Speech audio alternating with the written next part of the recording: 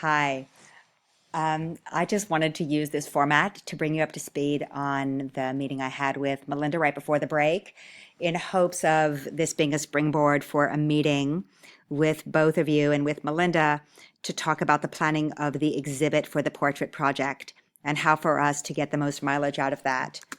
So just recognizing that the exhibit is the result of certainly all the choices that led us up to deciding to have the project in the first place, as well as all the work gathered this fall.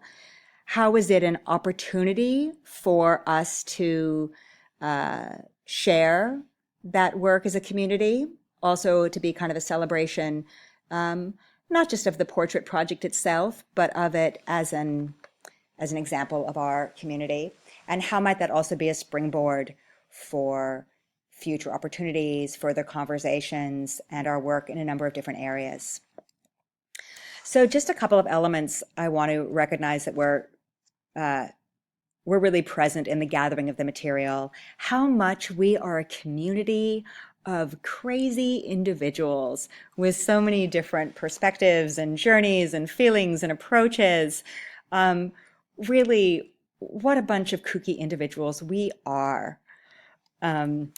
And yet, at the same time, that we are individuals who were drawn to the school because of its mission, that we hold a lot of shared values, that this is a community that has picked the school and that the school has picked. So as much as we hear and we see the individual voices and all of the different textures of the individuals in the community running through the portrait project, we really hear over and over again resonances of the shared mission, the shared culture, the shared values.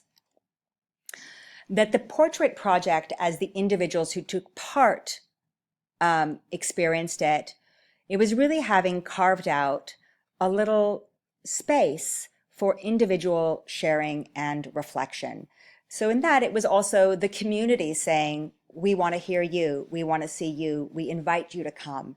And people really brought, I'm going to say, brought their A game, brought a lot of wonderful things to the community in terms of that. And at the same time, it was also a curated space and a shared journey. So everybody went through a similar protocol. And I should say that the participants themselves are going to be very curious to see, having gone through that shared journey, what other people did and said, that there was also an artistic reflection by how this space was curated and what the structure of it was. Also, that this was a space of play and artistic conversation, so that when people were brought in, they were not brought in, as part of a strategic planning mission. This wasn't statistical. This wasn't marketing reflection or research. It was really a space of play, and it was really a space of conversation. So it also has a different quality to it, and a different quality in terms of vulnerability and openness and the way people revealed themselves, that I think is so much to be celebrated. And as also, as we think about curating the space, looking forward also to how to really preserve that in the exhibit, and let that be something that is sort of honored in how we use the material going forward. Yes, this sacred notion of theater, théâtron, as the seeing place, as art being, that mirror that's taking a moment, that's putting a frame around what's there. So seeing our community differently, seeing ourselves differently, and then taking the time to be seen.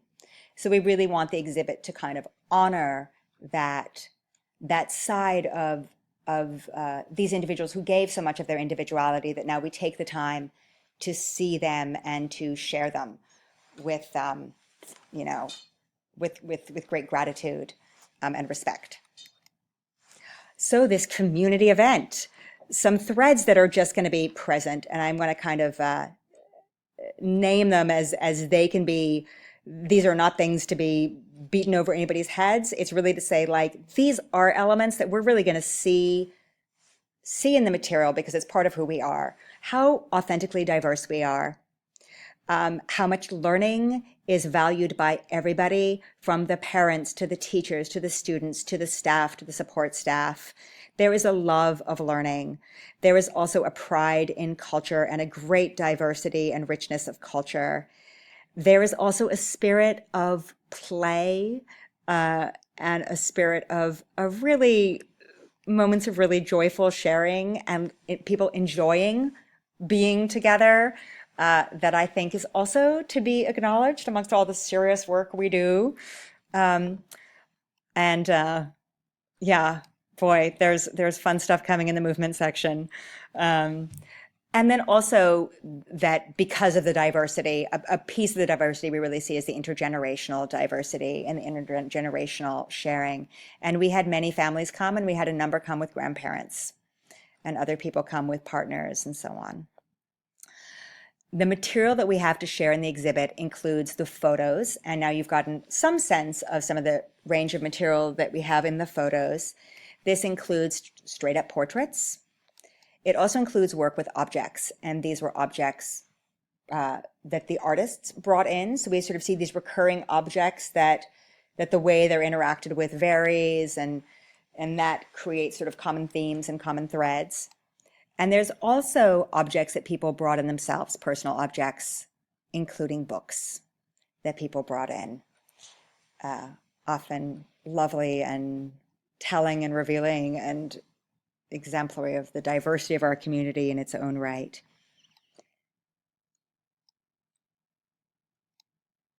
Also, plenty of movement and play in the photographs. That again, we have this sense of the artist really took time also to draw people away from just a sort of more formal portrait in the work that they were doing. So where can we share the photographs? This is some of the material that we can print up multiple copies of, and we can share throughout school spaces. Also, beyond the time, sort of like the month of March in which it's up in different areas, these sort of photographic echoes of the main project. It can also exist on the website, in a book, electronically, so there's really opportunities. And I think that after we've really curated it and shared the material in its printed form, and in its sort of more formal artistic form, I certainly hope and trust that some of these images also may capture our community and other material in the future. For all of the beauty and individuality of the photographs, the interviews also are so revealing of the richness of the individuals in our community and of the common threads. There are three main parts of the interviews: the context, which is the first set of questions that kind of drew people in to the interview space, a taking stock, a song from the childhood that people sang, and then these prompts to kind of be filled in. I am, which you could continue on saying, I am this, I am that, and so on, what moves me, and then associations with deep values, beliefs, and personal connections. And here in this, we really hear, again, people's very personal associations, memories, thoughts, and really captures the richness and the intellectual and cultural diversity of our community. We can share some of this material as written text. So along with the photographs, we can also in the book print up some of the text and include it there. But we're also now in the process of taking these hundreds of hours of interview material and selecting and cutting it down to really, getting the tip of the iceberg, often around thematic elements, hope, future, language, country. And through this sort of juxtaposition of different people's answers, we get these really rich pictures and points of reflection around these different themes. So that will be in the exhibit as material that people can come to stations and listen to, but it could also afterwards exist electronically on more permanent spaces.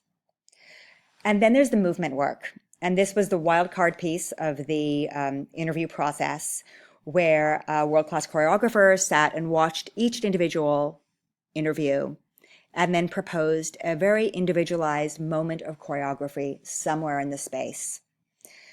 And I should just acknowledge that as beautiful it is to see these photographs of people and wonderful to hear their words, to see people willing to be in this artistic conversation with the choreographer and willing to express something of their playfulness or something of their thoughtfulness or their melancholy or their sensuality or their sort of dream spaces in movement is also another really rich and beautiful layer to this artistic portrait. So I'm not going to put a snippet to share there. I'm just going to say it's just as good as all the other stuff.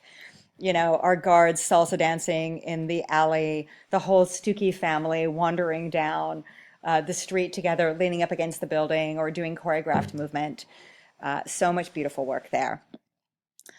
Like the interviews, this can be shared on screens, on CD, on the video, on the website. So it'll be in the exhibit, but there's also, I think, the possibility of some tightly edited sequences existing on a more permanent basis. So the curated exhibit, the exhibit you really walk through as an artistic experience, will be in the basement of 66 Page Street, and it'll be there for about a month. So it'll be there during the run of the musical. It'll be there during the run of the IB Art Show. And so it'll be open at a number of times so people can really go through that curated space. The lobby will be included in the exhibit only during the opening, because there we will set up the sort of photographic studios. People can come and take selfies, and we'll have some big video projected. After that, the lobby will be taken by the IB Art Show, and people will be able to go downstairs to look at this exhibit over the course of the month. We don't want it just to exist in the Arts Pavilion, which is why you have these photographic and text-based echoes throughout other spaces that also can direct people to come and, you know, check out more at the Arts Pavilion. So this is the timeline. We have, it's really over the course of March up to spring break when the exhibit will be in place, with the opening March the 6th. A question around, you know, the best time to have that. Is that something that it makes sense to have with the state of the school? Marinate on that. That's part of the question and conversation. Who to invite? Certainly the participants, of course. They, I think, will be really excited to see their contribution in the greater context, and we'll want to bring friends and family and so on. But us inviting all of the community, since the participants were just representatives, and it's a way to sort of get the flavor of the community as a whole. The artists, both our local and international artists, have friends and collaborators. It's really their artistic work also, which is being showcased here. So they're going to have people that they want to invite and share the work with. And I should underscore that Moise is here because he did a community-based project in the Mission 10 years ago, and that's where I met him. And he was sponsored by the Attaché Culturel. And he is, you know, 10 years after I met him, he's also really, you know, has risen into the ranks of prestige as a French artist. He's currently, this French Senate is consulting Moise as somebody who they're working with to enhance and develop their cultural program in France. So he's somebody who also, you know, as a French artist, is somebody who they're going to be people interested in seeing his work from the wider French community.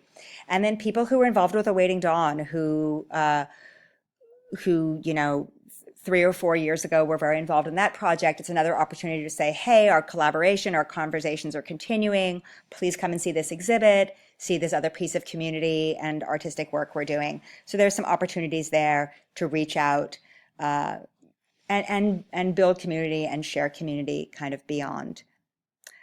Here are some elements of the timeline. And I won't read through these dates, but this is the one to sort of freeze on. Just acknowledging, like, yeah, January, we want to kind of get some of this material ready to send out, and then be following up in February. So there we go. That's where we're at in the conversation, and really looking forward to connecting with you early in January to move things forward and see how this project can also support, you know, parts of work that's happening beyond the Arts Pavilion.